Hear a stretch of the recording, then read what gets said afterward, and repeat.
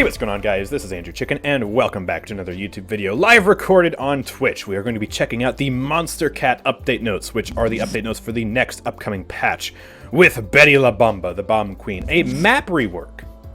New skins, new balance changes, even more new skins. It's absolutely crazy. So let's go ahead and see what we have up first, which is, of course, Betty la Bomba, the Bomb Queen. I almost want to say Betty la Bomba Queen. That might be a good nickname, actually. Betty la Bomba Queen. You know what? We'll roll with it. She had it all. The brains, the looks, the power. None of the other border lords dared defy her wishes, and her wish was for everything. She designed and commissioned the creation of living weapons, bombs meant to bring her enemies' defenses crumbling down and her foes to their knees. What she didn't expect was for one of her newly created bombs to develop a mind of its own, such as it was. Having lost her domain to the rampant explosions of this new Bomb King, Betty la Bomba has determined that it is time for her creation to return to his rightful place, under her thumb. Whether that is as her partner in expanding her new rule, or as bits of scrap for her new toys, has yet to be determined. Nothing will stand in the way of her gadgets and explosives as the Bomb Queen reestablishes herself as the rightful ruler of the realm. Yeah, baby. Very epic. We finally have an expansion on Bomb King lore, with the Bomb Queen, who apparently is not actually a real queen. She's a border lord. I don't know if that technically qualifies her as a king. She's just a warlord, though. That's what it says in Bomb King's lore, and this confirms she is a lord. I'm guessing border lord is like a magistrate thing, on the very edge of the magistrate, on the border, maybe. Yeah. Look at me being great at interpreting things. But yeah, she is a damage champion, of course. No surprises there.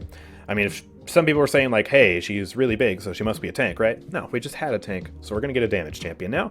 And she has 2100 health, so pretty par for the course when it comes to damage champions. Not too squishy, not too tanky. And she is all about bombs. I don't know who could have seen that coming. So she has a grenade launcher, which is sort of similar to Dredge's, but not really. So she fires a grenade that bounces and explodes after 2 seconds, and it deals 510 damage in a small area. So it does less damage than Dredge's, and it bounces and kind of rolls, unlike Dredge's. So, like, you know, you'll shoot it, and then it goes ding, ding, ding, ding, ding, ding, ding. Kind of like that. So kind of different to Dredge's, but also very similar. So it's another version of a grenade launcher. And also, one thing to note is that instead of reloading all the ammo at once, like you would with Dredge, instead she reloads kind of like Buck, where it's one ammo at a time. So deft hands might be good, because, yeah, it'll take a while to reload all the bombs. And, yeah, that's pretty much it. Just another bouncy grenade launcher. Sort of different from the one we already have, but also sort of similar. Her alt fire is a cluster grenade, launch a grenade that creates additional secondary explosives based on the number of enemy targets hit. So, yeah, you shoot it, and then it hits people, and then because it hits like 3 people, it spawns more explosions than it would 1 person. So, kind of like one bomb breaking into multiple bombs. Think Willow Seedling, but scaling based on how many enemies it hits. So, and then the initial explosion does 250 damage in an area after 0.4 seconds, and the secondary explosions are 500 damage each after 3 seconds. So, much more damage, but of course it does take a while for all this damage to be dealt. And the grenade can spawn up to 6 additional explosives. So 6 times 5, 3,000 damage ability potentially, if you've got a bunch of people nearby. So, this will be really interesting. And I believe they also said it scales based off of shields and illusions and just other deployables as well. So you can kind of use those to your advantage and get a whole bunch of damage. And then her ability 1 is Hail of Bombs. So this is like a mortar type thing. Basically, you throw out a magazine chalk, apparently is what it's called. It's like it's like a little disc that you throw out, and then it just starts spraying all sorts of random explosives everywhere. And they land randomly. Each explosion does 390 damage in a 20 unit radius. So it's absolute chaos. Major zone denial. I guess kind of the way you can compare it, because, you know, comparing to Bomb King is going to happen a lot in this whole showcase. It's like Grumpy Bomb, except different. So instead of being an ability that you stay away from because eventually it'll stun you after a few seconds, you stay away from it because it's just actively zoning out a whole area by blowing everything up. And if you get hit by one bomb, that's no big deal. But there's so many bombs being scattered out all at once, all over the place, that it's kind of just dangerous to stay there. So you just throw this on the point or in an area that you want to zone out, and it's going to do its job. So pretty interesting. Her ability too, of course, is her movement ability. Got to have one of those. It's basically like a mix between Androxus and Bomb King when it comes to their movement abilities. So you jump forwards and upwards, kind of like a Poppy Bomb sends you forward and up. And you can do that 3 different times. Now, it doesn't send you as far as a Poppy Bomb. It's actually a pretty short jump. Basically like a triple jump, sort of. So you jump, jump, jump. You got 3 charges of it.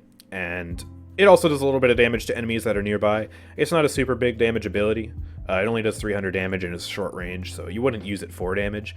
It's just sort of like an interesting, sort of hybrid between those 2 abilities. So, and let's see, her ultimate. Now this, time to make more comparisons to Bomb King. Of course, that's kind of the whole point, isn't it? Summon the biggest bomb in your arsenal. It's actually a rocket, but don't worry about it. And hop on, gaining the ability to control your flight. Very similar to Frostfire Glide in terms of the actual flight, with the turn radius of like Bomb King, King Bomb, his ultimate. Like, it's very awkward to turn, so if you're using it in tight corridors, it might be a little bit hard to control. And yeah, you can fly. You can go all the way up to the skybox if you want. It actually has a pretty large duration. And if you hit an enemy directly, it'll cause an explosion, dealing 1700 damage, not quite as much as King Bomb, and it knocks the enemy and you away from each other. So, boom, you go this way, they go that way. And if you reactivate the ability while you're flying it, or use your just fire ability, your left click, you'll send the rocket flying out in a straight line towards where you're aiming. So like you can fly up, look down, reactivate it, and just nuke something. So yeah, basically Bomb King's ultimate, but no stun, less damage, but you can fly. Seems pretty cool to me, honestly. So I'm very excited to play with this and see what cheeky stuff people can do with it. You could also potentially use this as a movement ability, just purely to get to some really cheeky high ground. Or there's a lot of possibilities with this, because there's a lot of possibilities with any form of flight in this game. So I'm really looking forward to using that and seeing what type of stuff people can do with this crazy looking ultimate. But yeah, pretty interesting kit. It's kind of just like iterations and new versions of a lot of stuff we already have in the game, like Explosive Personality, different version of Poppy Bomb and Androxus Dash, Hail of Bombs, that's pretty much her most unique ability, honestly. Cluster Grenade, different version of Seedlings, Grenade Launcher, different version of Dredge Primary Fire, and her ultimate is a different version of Bomb King's ultimate. So, originality points, not too many of those here, but, I mean, if it's fun to play with, that's all I care about. Vatu is also not very original at all, but he's very fun to play, so, yeah, that's fine by me. Next up are her talents. Now, I always get these wrong when it comes to my prediction on which talent is going to be the best. Like, when we were going over 7, I was like, hey, Spring-Loaded. That seems pretty weak, unless he's got some good guards for it. And then I realized, oh, hey, you can just dash into somebody. The bombs explode instantly, and you mag dump into them. That's way too much damage. So, yeah, I was a bit wrong. I might be wrong here. So take what I say on my predictions here with which talent's going to be the best with a grain of salt. But I think I might be right with this one, okay? So, but I don't know. So her default talent is Fiery Disposition, and this is the one I'm thinking will probably be the best, because it's straight up raw extra damage. It's percent-based raw extra damage. Explosive damage sets enemies on fire for 3% of their maximum health every second for 1.5 seconds. Yeah, that's accurate. Okay, so the way they... Oh, yeah, it says right here. 0.3% max health every 0.15 seconds. I was about to say 3% every tick. No, that doesn't sound right, but I was remembering the update show where it was 0.3% every tick. So 3% of their max health every second for 1.5 seconds. Yeah, it's raw extra damage, and this is just pretty much every explosion. From what I understand, it's just explosive damage. Everything she has is explosive damage. So, yeah, that seems like a lot of damage. But maybe it doesn't work on every explosion. Maybe it's only like maybe it only works on the primary fire. Or maybe if you hit someone directly with a bomb, it doesn't do the fire. I don't know. We'll just have to see. But, I mean, just at face value, all the bombs do fire damage. That does a lot of damage, percent-based damage on, with fire. That sounds pretty crazy to me. I don't know. Anyways, level 2 talent is Controlled Fury. Reduce the range of Hail of Bombs, that's her mortar ability, keep in mind, by 50%. So, much tighter radius in which the bombs will be blowing up. They're more concentrated, and then you also reduce the cooldown of it. So if you want to really do damage to one specific area with Hail of Bombs, then you can go this talent. But I feel like for the whole purpose of area denial, I don't know if reducing the range is the right idea. I don't know. It's a trade-off. It's a trade-off, of course. Trade-off talent. We'll just have to see how effective that is in-game, honestly. And then Gotta Bounce. Reduce the cooldown of Explosive Personality by 6 seconds. Now, we don't know what the cooldown is of her Explosive Personality, which is her movement ability yet, because it doesn't say in the patch notes. They never say that in the patch notes, which makes me annoyed. I want to know the cooldown, but they don't tell me. But this is a big cooldown reduction. 6 seconds on any ability is going to be a long, long cooldown reduction. But it reduces the movement speed by 50% and decreases the effectiveness of Explosive Personality. Now, I'm guessing... Actually, the way this is worded, reduce your movement speed by 15%. I originally assumed this was going to be just the movement speed that you get from Explosive Personality, in terms of, like, the jump forwards bit. But now that I read that again, maybe it's just her base movement speed. If so, that's kind of garbage. I don't know. And it also just decreases the effectiveness of it anyways. Like, the effectiveness of this talent, it totally depends on how long the cooldown is. Like, is that 6-second cooldown reduction going to reduce the cooldown of Gotta Bounce, or Explosive Personality rather, to a 1-second cooldown? Or a 5-second cooldown? Or what's the cooldown going to be on this? So we really got to see to determine how effective this is going to be. Anyways, let's go on to her cards now. We'll see if she has anything interesting. A lot of cards are generally probably going to be just boring. Like this first one, increase your max health by 50. Neat. So hopefully there's some more interesting ones. Actually, this one looks interesting. Increase the area of effect of all your explosions by up to 10%. That sounds pretty cool. So, huh. Yeah, that's even more area denial, and that's even more cover denial, actually. It's like having Royal Subjects the talent, but less effective and as a card. So... Oh, okay. Well... increase the time before your in-hand grenades explode by 10% as well, with a 25-second cooldown? What? So you can increase the time before it explodes, like her primary fire grenades explode, by 50%, but once every 25 seconds or something? Weird? Okay. Interesting. Okay, and then Eureka Moment. Generate 1 ammo for every 2,500 explosive damage done, and then you can reduce that by, assume, 1,000, because this looks like minus 200 per tier, so that'd be 1,500 explosive damage done. And I'm guessing that probably also counts shield damage and deployable damage as well. So it's a way to get ammo back for doing a lot of damage. That's an interesting way to do it. We don't really have a card like that in the game currently, but I'm not sure how good that would be. Interesting. Anyways, moving on. Cluster Grenade cards. Reduce the cooldown of Cluster Grenade by up to half a second for each enemy hit by the initial and secondary explosions.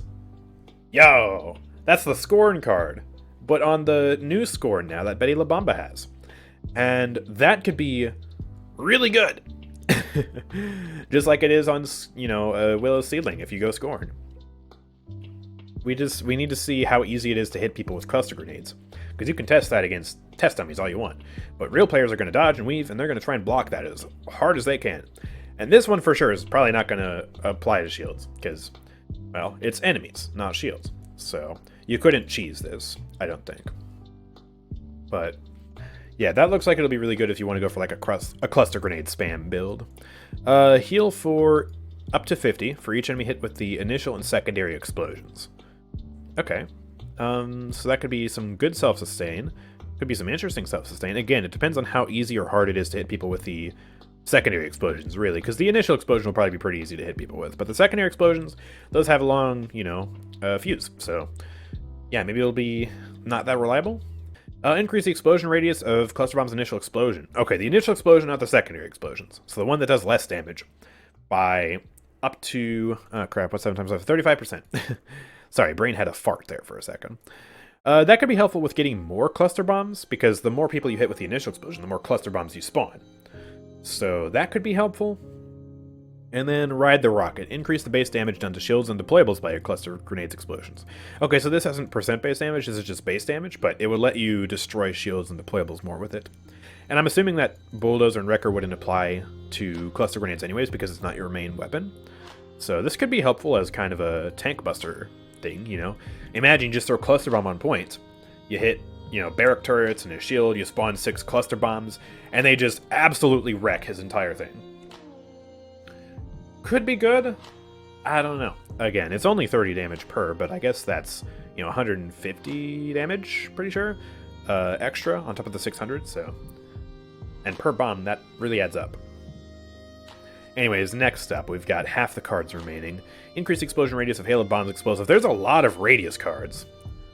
Okay, so I'm guessing the stacks then. Right? Because, yeah, Lost Realm, that increased the area effect of all explosions. So you could probably make a really cheesy build, maybe with Controlled Fury as well, where you increase the explosion radius of all your explosions, and then you also increase the explosion radius of Hail of Bombs explosions by up to 50%.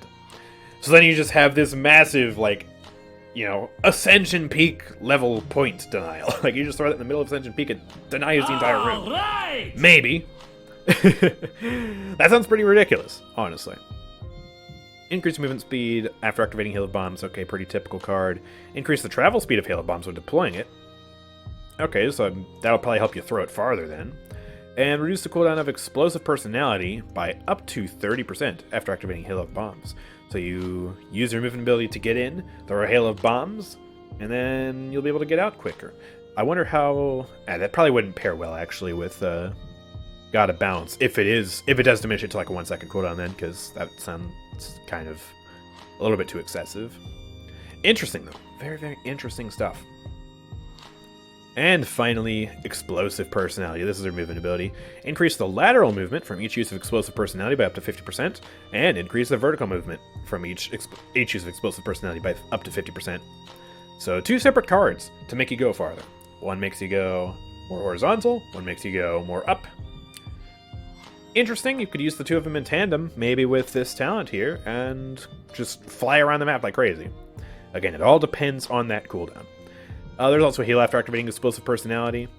Now, the way the first 2 is worded, from each use of Explosive Personality, makes me think that Bouncing Betty, this one, which, nice name by the way, only activates when you press the ability the first time. It doesn't count for the other 2 charges, but I could be wrong.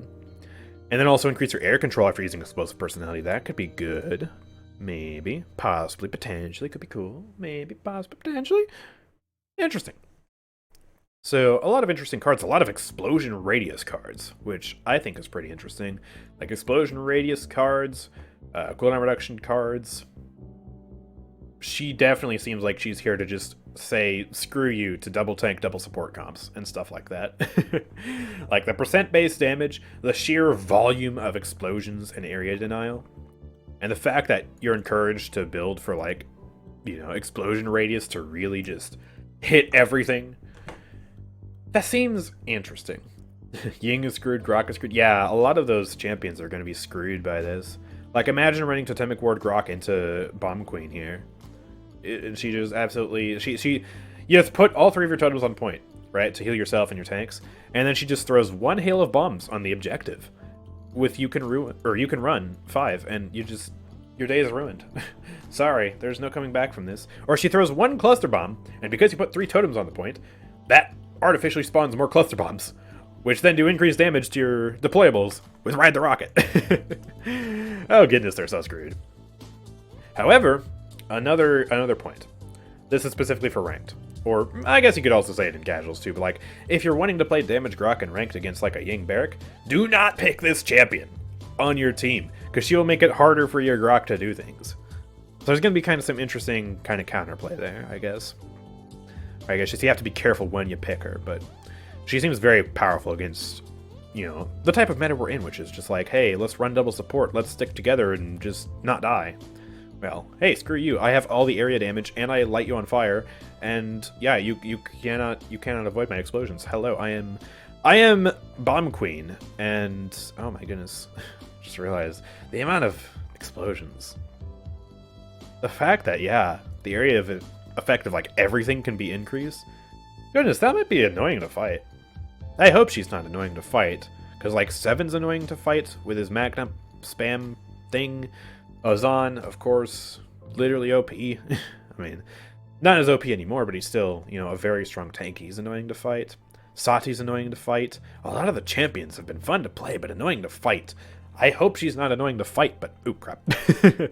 But she might be. She might be. Again, we gotta do just so much testing. Anyways, let's move on to the skins. So let me zoom in nice and big for you. This is the Season Pass skin, which, what's the name of it?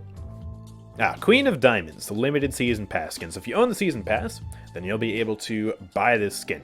And by the way, gotta do a shout out, some little bit of self-promotion. Shameless, I know. Go to my Nexus, nexus.gg/AndrewChicken. If you're in the Twitch chat right now, !shop for that. And if you want to buy the Season Pass and you want to support me in the process, you should do it there because I get a portion of the proceeds from that store. Shameless self-promotion over. I gotta say it, because, yeah.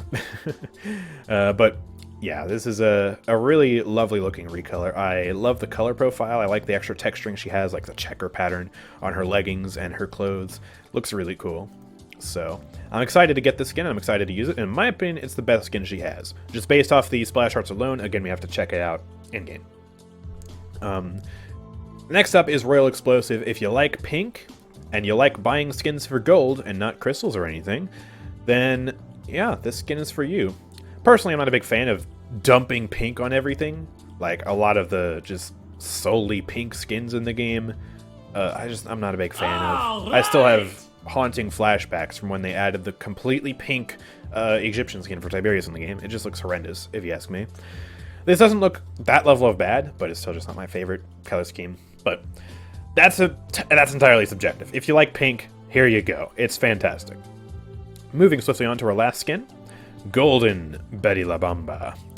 Now this is an interesting looking gold skin. It's actually got quite a bit of black on it, which is something that you know can be pretty rare on some gold skins. Looking at you, Ash, Kanessa, Shalin. We don't talk about Shalin. So yeah, this looks like they got, you know, a good amount of black on the skin for some contrast, which I'm always a huge fan of. The question is, how does this gold look in game? Because in the splash art, it looks a little bit yellow, almost brownish in some places. So I'm hoping it looks better, pops better, shines better in game. But I am a big fan of the color placement, so that's cool at least. Hopefully I get this skin, unlike the General's Gold skin. Anyways, that's it for her skins. We also got some emotes and stuff, which I need to move my face. Whoop. There we go. Because the emotes are on the left. Here we go. So here's the default emote. Actually looks pretty cute. She basically just kind of spins her gun. Hey! Nice. And, oh, is it not going to show the other emote? There was another emote, I'm pretty sure. Weird. Here's the MVP pose. Default is very default, obviously. Who could have seen that coming? And then there's the Your Queen one, which is also in the Season Pass. And it looks more interesting. So, that's cool. And, yeah, is there only one emote? I could have swore they showcased another emote in the update show. Maybe I'm wrong, or maybe they'll show it later in, like, the trials or something. I don't know. Anyways, I'm going to stay zoomed in, actually, because up next is the Crossover Pass, which not all the crossover skins are actually in the Crossover Pass. Bit of a spoiler. But yeah, there are a lot of new skins coming in collaboration with Monstercat, which of course is a music production company label thing. They make a lot of like EDM stuff, and I'm sure you've heard of them, right? We've all at least heard a Monstercat song probably once, so yeah, it's pretty cool to see a crossover with these guys. And yeah, there's a whole bunch of new skins, so let's just get straight into it. The first unlock that you get is a Skye skin. Now, this looks pretty cool. Also, a lot of these are from, like, particular artists who, I guess, are signed with Monstercat. I don't necessarily recognize any of them, but I've probably heard their songs before. I'm really bad with names, so forgive me if I'm not instant like, oh my god, it's Magree! Who's Magree? So, yeah. But it's a pretty cool looking skin. Got a lot of interesting details on it. She's wearing clothes this time, which is pretty cool, you know. Sometimes Skye skins tend not to wear clothes, or not that many anyways, so love to see that. And the detailing is really nice, as we saw in the update show, which, you know, if you're watching the video, if you're not watching this on Twitch, I'll have some footage, like, here, or in fact, maybe it'll just be covering me up completely. I'll decide once I get to the editing process. But yeah, this it looks really nice. The effects are really cool, and all of these skins have music. in certain parts of them. Like for Skye, it's when she throws her bomb, and it's when she goes invisible. And it's really nice, of course. So, yeah, pretty exciting. How many crystals is it? Oh yeah, I forgot to cover that. It's 500 crystals, so it's 100 crystals more expensive than the regular event pass, but it's not quite as expensive as the Genlock event pass. Or crossover pass, excuse me. And that's because the Genlock crossover pass had skins for... Was it 4 or 5? I think it's 5, but I'm forgetting one. Either way, there were more champions in that one. This one only has 2 champions, but then there are also some more skins in this crossover, just in other methods. Oh yeah? Oh yeah? Oh yeah? Oh god. Oh no. That's gonna be the one that puts Kevin's name. We found another spammable voice line. Oh boy. god, why? That's right. I'm the best. Attack! Flank right! Next up is Justin O.H. Khan, and it's a very cool looking sort of mecha samurai Khan digital techno music thing.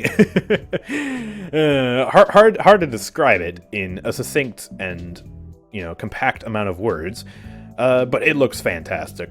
The color scheme, at first I was a little bit surprised by the pink and blue, but I guess it's the color scheme of this artist, and it does work very well. But as we'll see in a moment, there is another version of the skin which has a different color scheme, and in my opinion it looks better, the other one. But that's just personal taste. Weapon looks fantastic. All of these weapons, by the way, look absolutely fantastic. The voice packs are okay for most of them. Like, they're not nearly as bad as the Maeve skin from the last event pass. We don't talk about that. So. I am not worthy. Whoa! Whoa! Whoa! It's done. Hold on. Just 1 sec. My bad. My bad. I do believe there's actually a line where he speaks Korean as well, I saw, which I think is really cool. Anyways, yeah, this is the VIP Justin O.H. Khan with a different color scheme, and also, you'll notice, it has a different pattern. So this one has kind of the hex pattern, whereas this one has, like, tiger stripes on it. And I am a huge fan. Absolutely a huge fan of this color scheme, the extra detailing on it. It looks really, really, really, really sick. And the final unlock is, yeah, the recolor of the Skye skin. It's more green and black, and I think she's wearing a mask, whereas in this one, yeah, in this one she's not wearing a mask. But in this one, she is wearing kind of a techno razor style mask. And yeah, this one looks sick as well, in my opinion. A much better event pass than the Academy Abyss Hunter thing, whatever it was called. So yeah, pretty big fan. And we're not done yet. There are also some other stuff in the crossover pass, and there's also some other skins, which I don't know when those appear in the patch notes, but we'll get to them eventually. So we got an animated avatar, 3D spray, another animated avatar, this Monstercat can speak English, this Monstercat death stamp, which also looks pretty cool. And yeah, some even more stuffs, and ooh, that's a pretty neat looking loading frame. One of the more interesting ones I've seen from Event Pass. I'll probably still use my Season 2 Masters, but yeah, this looks nice. And oh my goodness, there's spoilers for the other skins. Oh no. Whatever are we going to do? And I guess we get onto the Trials of the Realm now, so they're not going to showcase the other skins here. Okay. Anyways, Trials of the Realm, obviously you guys know, crystals, gold, event pass levels, all that sorts of stuff are in the Trials of the Realm. And so there's also some unique skins. We got some Bomb King skins coming, which I guess you can see. You know what, I'll zoom back in for the splash art on this one. Yeah, these test or crash dummy, Crash King, whatever you want to call them, these Bomb King skins from the Bomb Queen lore video. You saw she was blowing up some Bomb Kings who were trying to run away, 48, 47. Yeah, you can play as those. So it's kind of, it's not the most original Bomb King skin in the world, because it's obviously just Bomb King, but like, you know, more worn down and more looking like a test version as opposed to a final product. But it's a neat little add into the lore, and you can get them from the trials. They're free, so I like that. We also got an emote for Shaolin, Knee Slapper. Just a standard laugh emote. Okay, doesn't fix how ugly he is. MVP pose for Barrack. Hunker down. Nice. Somehow they made Barrack look even shorter. Barrack when he's kneeling, man. He looks so short. That's crazy. And I guess I gotta move my camera back over to the right. So, because yeah, I was kind of in the way of that, but don't worry about it. We got some other static sprays. Long live the Queen. Hey, nice. There we go. And now back to the left again, because we've got Warder's Gate map update commentary, and hopefully some visuals here as well. So Warder's Gate. In the video, I'm going to put up some footage of just how bad this map is. I hate how Warder's Gate looks. It's disgusting. It looks terrible. If you spend more than 5 seconds just looking at the map, you'll notice just so many flaws. It's in desperate need of a rework in terms of visuals, and it's also in desperate need of a rework in terms of the crystals. Those need to go. They were a fun idea, but they're buggy, and the amount of times that I've gotten killed by the crystals just because they didn't work properly, it's frustrating. So they're taking that out, and they're making the map look like not garbage. So yeah, that's very exciting. With the update to Warder's Gate, we wanted to push some of the original goals of the map a bit further. Namely, we wanted to improve upon the contrast that develops between the two sides of the map, as this empty Warder city, with its protective enchantments fading, and it's slowly consumed by nature. So they want to, I guess, even more improve upon the contrast of like, hey, this one part of the city is gold, bedazzled, it's still got the protection of the warders against time and decay. And then the other half is just like, oh, we're dying, please help. So... And yeah, they've also cranked up the clean and shining opulence of the intact side of the map, made it more gold, made it more elaborate, made it more just not ugly, which is good. The skybox on the side also better reflects our original vision of the map, just being one part of a larger city. So they're adding like extra scenery around the side, extra buildings, extra stuff to make it seem, you know, part of a bigger environment. Kind of like they did with Stone Keep, where they took it from a keep on the top of a mountain to this is just the entrance of this grand city. So that's kind of what they're doing with this. They have, you know, made the vines and leaves better. They've added some dragon skulls, which look absolutely sick. And yeah, they've also glowed up some crystal pillars, just done a whole bunch of stuff, and I'll just show it to you. Next up, we've got even more skins. Another Pandemonium skin just coming out of nowhere. They gave one to my boy Vatu, and now they're giving one to Seven. And oh my god, this splash art looks just so amazing. The actual skin in game, I would say, looks a little bit worse than the splash art, but not by much. And the gun in particular, I wish it had this green golden, or like, not green golden, but this green glowing skull effect when it shoots. But it doesn't. It looks a little bit worse than the splash art when the gun shoots. But the actual skin concept itself and the actual just visuals are still phenomenal. Like, don't get it twisted. Just because I'm saying it's worse than the splash art doesn't mean it's a bad skin. It's a phenomenal skin, and I can't wait to get it because I love Pandemonium Vatu. It's one of my favorite skins in the game, and this skin matches it in terms of how amazing it looks, how scary it looks, how harrowing the voice lines are. It's so cool. Have you ever witnessed something like me? You are deadly. Oh my goodness, this is exactly as harrowing as the other one. Okay, here we go. Here's the rest of the crossover pass skins, by the way. Which also, by the way, this skin is available in the Pandemonium chest. And then these next few are available in Prime Gaming. So this is the Cassie skin collaboration with Monstercat. And in my opinion, this is the worst one of the bunch. Not because it looks bad necessarily, but just because compared to the other ones, it's so bland. Like, the crossbow looks nice, don't get me wrong. Her bird is actually, like, Ziggs has been transformed into one of those flying Monstercat heads, which I think is cool.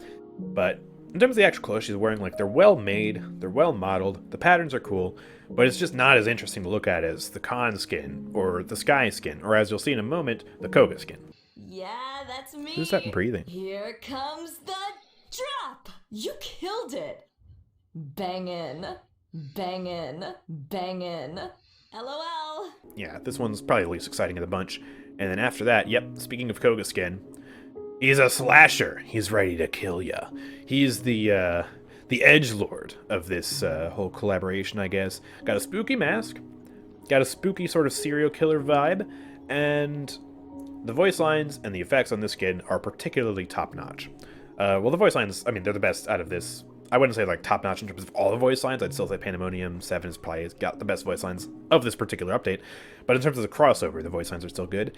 And yeah, the effects, the visuals, the sound design is really nice on this skin. So, at least from what I saw in the update show. So, that's very exciting. I'm the boss. Simple as that. Alright! You got this on lock. All done. Yeah. Oh, sorry about that. Alright. Be right back. Psych! And yeah, we got the last few cosmetics here. We got this new mount, Feathered Fiend, which is a raptor version of the Dino Dash mount that we just got in the last patch. And while it looks cool in the splash art and the concept is cool, I cannot get hyped for this mount because of how bad the animations are on Dino Dash. The animations on that mount are so bad. When it's idling, yeah, it looks fine. The model looks fine. But when you actually ride that thing into battle, the animations look just clunky, and when you ride it, your character looks incredibly stiff. It's like they took the speeder mount animation set and put it onto the biped that is the Dino Dash and now the Feathered Fiend. And that doesn't work because, you know, it's not a hovercraft that you can, you know, like have it rotate and like, you know, flow around like that. No, it's a biped. And we already have a biped in the game already, the Crimson Serpent, and the animations for that one are fine. I don't understand why they didn't use that as a model instead for the Dino Dash and now the Feathered Fiend, but until they fix the animations, I cannot get hyped for this mount. Oh, Dan the Bro's got some more avatars as well. Hey, I liked a lot of his avatars. I got them all, like the Bomb King one, and he's added some more. For Atlas, yo, very epic. Ceres and Furia together. Genos, okay, nobody cares about Genos. Screw Genos. Leon, Evora, Imani and her dragon. Oh, that's really cute. Skye and Ruckus. I love these avatars so much. I'm glad they're giving him more of an opportunity to add these to the game, because that is really, really cute, and I love it. Anyways, yeah, let's talk about general updates now. So the anti-healing scaling update. They're still keeping the scaling, obviously. That change isn't going anywhere, but they're making it scale faster, which is a change I know a lot of people have been asking for, and I'm kind of happy for. So, Siege-based scaling is still scaling from 25% to 90%, but it's doing it faster. So instead of scaling 5% every 60 seconds, it now scales for 5% every 50 seconds. So, yeah, let's get the calculator out real quick, because I trust my mental math, but I want to be absolutely certain that I've got the math correct for you guys. So, let's see. 90 minus 25 divided by 5 is 13 pulses. So that would be times 50 seconds would be 650 seconds. So that would be about roughly 10 minutes or so. Almost 11 minutes for Cauterize to reach 90%. As opposed to, I believe it's 30 minutes now? Ah, crap, where'd my math go? Oh yeah, 13 times 60, or divided by 60 again, that would be 13 minutes. So yeah, 13 minutes. Look at me being good at math. No. But yeah, it is getting reduced by about 2 minutes, give or take. So, yeah, that's cool. That's actually right about where I wanted. I was saying, like, you know, the Cauterize scaling is good. It's not, like, terrible, but they could speed it up by, you know, maybe a minute or two, and that's 2 minutes. So, cool. And Onslaught and King of the Hill, they're also getting their scaling reduced from 45 seconds to 40 seconds in terms of how fast the 5% ticks up. And they are investigating distinguishing Onslaught and King of the Hill for the purposes of this anti-healing scaling, because King of the Hill lasts longer than Onslaught, and so they wanted to, I'm guessing, make it so that it's 40 seconds for Onslaught and 45 seconds for King of the Hill, but that's just my speculation, so that's not maybe officially what they're doing with that, but they want to try and distinguish it. And the Team Deathmatch is also not seeing any timing changes, so I guess that one's good. And honestly, yeah, it feels fine in Team Deathmatch. And they also intend to implement a visual indicator for how much anti-heal is currently in the match on the scoreboard. So, you know, when you hold tab and you see your kills and stuff, they want to put it there. Hopefully that shows up on the PTS. I want to see it because it's just so helpful for new players. And for old players alike, you know, for anybody who doesn't know to look at the patch notes and see, oh, this is the scaling. Right, that's cool. Now you can just look at it in the game. You know, that's good. It should have been added last patch, but the fact that they are adding it at least is a good thing. They're also adding menu themes. So they wanted to bring some of the Monstercat music into being an option selectable by users. So the answer is music themes. Essentially, these would be used in place of a traditional music pack, but are more lightweight, not playing in every place the packs would. So, yeah, basically, these music packs, or these music themes rather, would play in the main menu, and I would imagine maybe on your customization, like choose your champion customization thing at the start of a match as well, but they wouldn't play in the match itself. Some of these are restricted by their license, but essentially, if themes are purchasable until a certain date, then anyone who buys it before then will keep it. Other themes are only usable until a certain date, in which case we'll find ways for players to earn them or give them away. We won't let you spend money on a theme and then disable it down the road. So, license... Oop, crap. I did it again. License restrictions might make that complicated. I wonder if that's maybe why Siege of Ascension Peak music isn't in the game yet, because I still need that in my life. I will turn music back on in-game if they add Siege of Ascension Peak music back, but they probably won't.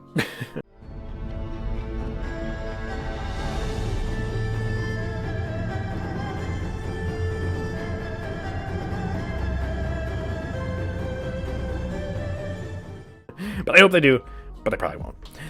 Also, ranked map rotation. Warder's Gate will be rotating that map out of ranked? What? Wait, so the... Wait, so they're reworking Warder's Gate so that they can take it out of ranked, so we can't play it in ranked. Okay. Well, at least they're bringing back Timbermill. I'm about to just make people mad. I am glad they're bringing back Timbermill. I enjoy playing on Timbermill. I am happy to play on Timbermill. I'll play Vora on Timbermill. I'll play Eevee, Ruckus. I'll play any sort of flank you want on Timbermill, dude. I'm excited, and I can't wait to play that in ranked. Screaming shall ensue. Yes, chat. I'm not even being ironic. I am unironically. I like Timbermill, and that's my controversial opinion of the day. And you don't have to agree with it, and I don't expect you to agree with it, but I think Timbermill is better than a lot of maps like Fish Market, or Old Warder's Gate, or Bazaar. Oh god, I don't want to play on Bazaar ever again. Anyways, let's move on to balance changes now on actual champions. Oh, they did actually leave a balance change for me to cover in the patch notes that they didn't go over in the update show. Okay, cool. Magaton is getting nerfed. It's not getting reworked, sadly, but it's getting nerfed. So the knockback is significantly less powerful by the looks of it. Reducing the scaling by 75 per tier, from 250 down to 175. It still exists in the game as a janky mess of an item or a card, but yeah, yeah. At least this nerf exists. But man, I just don't want this card to exist. Koga also has got some slight buffs. Now, this wall running buff is confusing, and I don't know how to interpret this. So the description of this buff is that Koga, his wall running, is going from 400 to 525, but they didn't include what that means. Does that mean he climbs up walls faster? Is that a movement speed buff? Or is that a distance buff? He can climb, like say there's a really tall wall. He can climb all the way up. And climb farther. Is it farther? Or is it faster? That is the question. I don't know. If it's faster, we will 100% notice that on PTS. If it's not faster and it's actually distance, then it'll feel the exact same in terms of the speed, and we'll be able to determine it that way on the PTS. So, we will see. We will see. Anyways, he also got a buff to his submachine gun's damage fall off. Or is this a buff or a nerf? These guns have a maximum ammo count of 70 or are fully effective up to 80 units. And the fall off is going from 83 to 75. Wait. Wait a minute. Is that a buff or a... Fall off is getting small. Huh. Now, is that a damage number? Or is that a distance number? Or... Confusing. Confusing wording. I don't even know.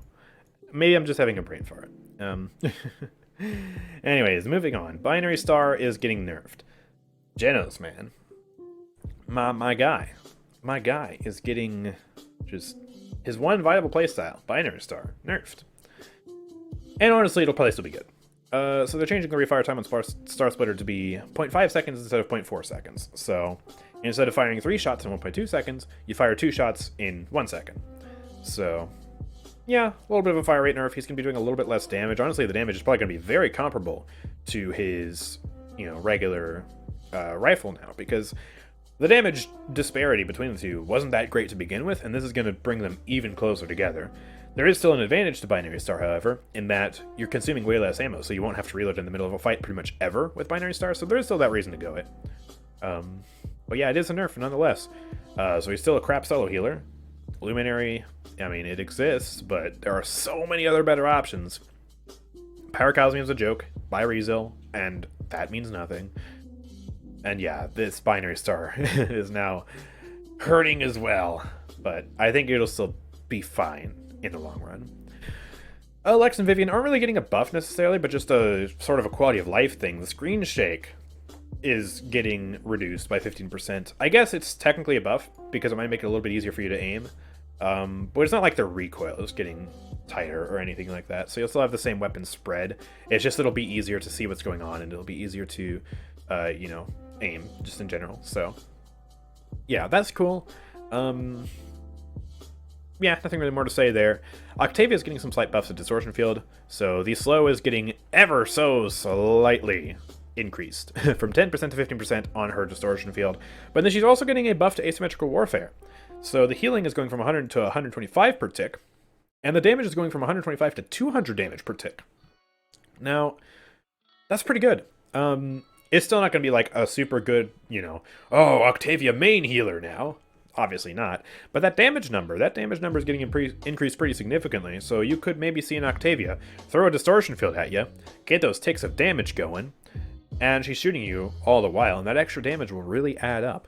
Because, yeah, if you think about it, if you stay in that Distortion Field for just 3 ticks, that's 600 damage. On top of her gun firing at you, which is already a lot of damage per second. So that's a significant buff to Asymmetric Warfare. Is it better than her other talents now? Maybe. Maybe not. We'll test that. We'll play with it. So, should be interesting. Now, let's get on to some controversial changes. Oh, Raymains. Raymains. The death knell is ringing. Your main is getting eviscerated. Vivify no longer makes you immune. You only have 50% damage reduction while casting Vivify, and then a full heal at the end. This got the Leon treatment from years ago. I don't know how many people remember, but Leon's ultimate used to make her damage immune, and that was really annoying. And then it got nerfed to 50% damage reduction. The same thing is happening here. Vivify. Hard nerf. Now, for the rest of us who don't play, who don't main Ray, this is a wonderful change. It's going to feel so much better to play against Ray now, because it finally has counterplay besides Atlas Rewind. It's just I'm going to pop ultimate and not die. No, you can actually still get killed by things. It's still going to be hard to kill you because you have 50% damage reduction, but you can still be killed by things. Like, if you pop it when you're low, you only have 200 HP. That 200 HP becomes effectively 400 HP. You know what can kill 400 HP? One sticky bomb. So, that's a major nerf. And then also on top of that, just to throw salt in the wound, her damage is also worse. Her projectile speed is slower now, and also her damage is worse on her sigil by just 15 damage. So her 1v1 potential has gone down a little bit because of that. She's still going to be, I think, a pretty good duelist because of the way her envelop works, the way her link works, the fact that Midnight Stroll still exists. But man, that ult nerf is just... Ray got gutted. That is horrible for Ray. And yeah, we're gonna try that out and see how bad that feels on the PTS. That's for sure. And also, by the way, I haven't said this yet, but if you want to see PTS gameplay, make sure to follow me here on Twitch and subscribe to my YouTube channel, because I'll be uploading all sorts of gameplay to relevant changes, and I'll be testing things on the PTS like crazy the first few days of its release, so you won't want to miss that. Anyways, last few changes here. 7 is getting some nerfs and some buffs. So Mag Dump is getting ever so slightly nerfed. Minus 25 damage per shot. It shoots 4 shots, so that's minus 100 damage in total.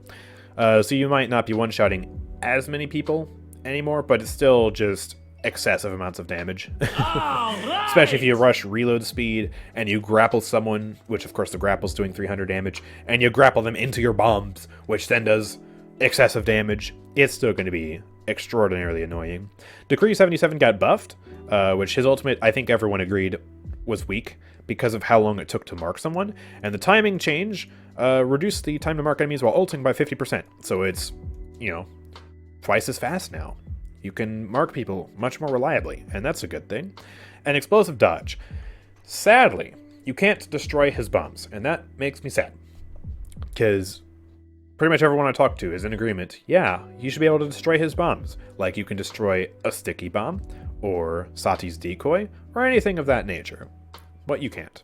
So, yeah, but what they did do to compensate is instead of having them deployed for just a staggering 15 seconds, which is just ludicrous. It feels like they never despawn. They are now only deployed for 6 seconds, which is still a good amount of time to like zone a hallway, and that can really, you know, make a difference, but it's not going to be 15 seconds. So it's a good change, but I still think they need to allow the bombs to be destroyed. Like, you know how each bomb does 250 damage? Give each bomb 250 health. That way blasters would be better against 7 in terms of that nature destroying their bombs.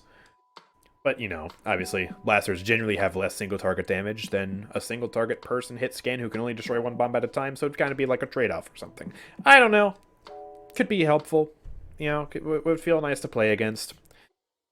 Anyways, the final champion change. Now, this is one I actually...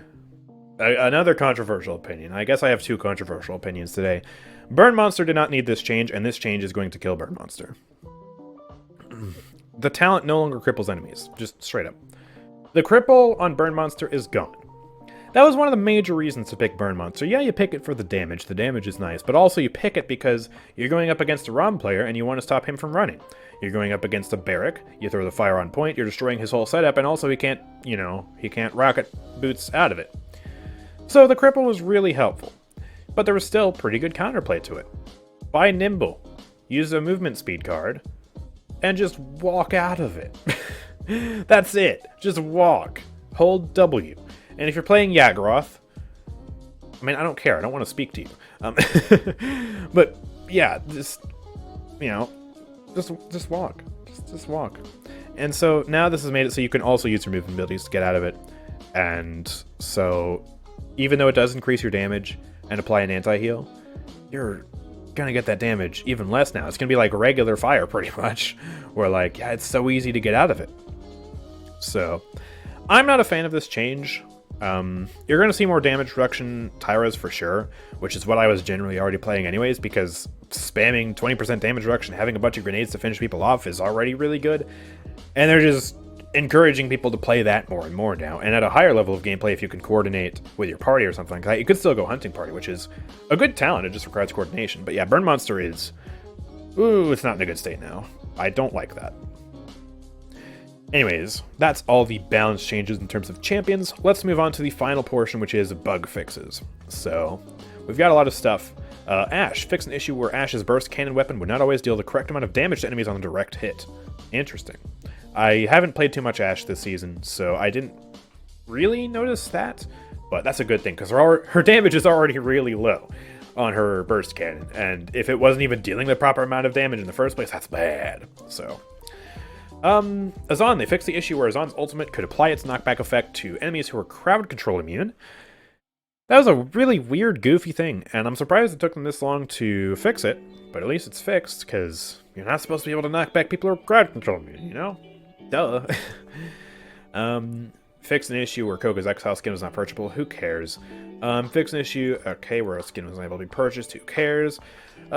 Talus. Fix an issue where Talus's Rune of Travel ability could allow him to manually reactivate it to teleport back to its location while being pulled by Khan's ultimate. Oh, that's so annoying. Good that that's fixed, but still, you shouldn't be ulting Talus anyways with Khan. If you have the intention of throwing him off the map, you should just ult him and then have your teammates kill him. But generally, it's always risky to ult to Talus with Khan anyways, because if it, you know, if the timer automatically expires, he's gone. So, yeah, weird thing. Tiberius, okay, who cares about the skins, dude? Vatu, fix an issue where Vatu's ambush ability could allow him to teleport into enemy spawn rooms. No! That was a fun, silly, goofy little thing. Oh man. That was so goofy. I liked that. It didn't really affect your gameplay that much. Let's be real. It was just silly. Whatever. Fair enough. I guess it is a bug. It's unintended, so good on them for fixing it. More skins not being able to be purchased. Literally nobody cares. General fixes. Fix an issue where auto-buy would reset for console players whenever they close and reopen their client. That was such an annoying one. I don't experience this personally because I don't play on console, but I have console friends who just... it's so irritating for them. And so, this is a really good change for them. Fix various audio cues that could cause sound effects to play more quietly than expected when playing behind the player. Okay, nice. Love sound design fixes. Fix an issue where the purchase flow for the Siege Beyond item store did not take the player to the purchase button properly when using gamepad. That's a console change that I didn't know about, because yeah, don't play controller, and they haven't really talked about Siege Beyond in my controller friends. Who plays Siege Beyond? I don't. Fix an issue where they were unable to access the undo button. Fix an issue where credit game message associated with prosperity item in Siege Beyond was missing a message string. Oh yeah, I encountered that when we were testing it on stream. Fix some collision issues. Oh, I hope it's the collision issues that I think they're talking about. I read Stone Keep and I'm just like, oh my god. The poles. Do you guys know the light poles on Stone Keep Day? They're twice as thick as they should be. I've literally gotten myself killed before because I was trying to shoot someone around the pole. Like, here's the pole, right? I'm aiming just to the right of it. Like, here's the right of the pole. I'm aiming just to the right of it. And my damage is still getting absorbed because the hitbox is too big. And then I die because I wasn't able to kill them. So that is such a annoying thing. And if that collision is fixed, oh my god, thank you. I'm not sure what they could be referencing on Magistrate's Archives or Jaguar Falls, though. But hey, that's good. I like collision issues being fixed. Also texture issues or apparently occurring on low settings on Marauder support. Okay. Fix an issue where the purchase button would remain visible but unusable for a cosmetic in the accessory screen after you already had purchased the item. Okay. Polish. And fix an issue where the 2D art for both Stone Keep maps displayed incorrectly in ranked and practice queues. Oh yeah. That was funny when we encountered Stone Keep in ranked. It was like percent, something, percent, Stone Keep Day, and then it was just the test maps thing, yeah. A lot of changes, a lot of bug fixes, and yeah, I'm pretty excited for this next patch. There's some questionable balance, as always. Ray's getting gutted, Burn Monster's getting gutted. There's a few good balance changes, though, like Octavia tune-ups, that's fine, Genos tune-downs, that's fine, Megaton getting nerfed, always happy to see that.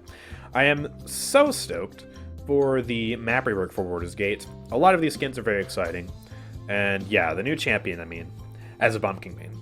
You can probably guess how excited I am for that. So, yeah, super duper excited for this update, and I can't wait to try the PTS. So yeah, anyways, thank you guys for watching this patch notes review for the Monstercat update notes. What do you think about this update? Let me know in the comment section down below. And yeah, if you haven't already, make sure you're subscribed because we're going to be uploading a lot of PTS gameplay here coming up very soon. Also check out the Twitch channel where we'll be doing a lot of it live, a lot of live testing, a lot of playing with Betty la Bomba and a whole bunch of other balance changes and skins. And also check out the Discord server if you want to talk with other people about this upcoming update. We have a lot of people on the Discord server if you want to party up, if you want to make some friends, so go check that out. And lastly, I said this earlier, but I'll say it again, make sure to check out my Nexus shop at nexus.gg/AndrewChicken. If you want to buy the Season Pass or crystals or anything of that nature that you were going to buy anyways, you should do it there because a portion of all the purchases on that store go to supporting me. But yeah, with that being said, thank you guys for watching. I will see you all next time. Peace out.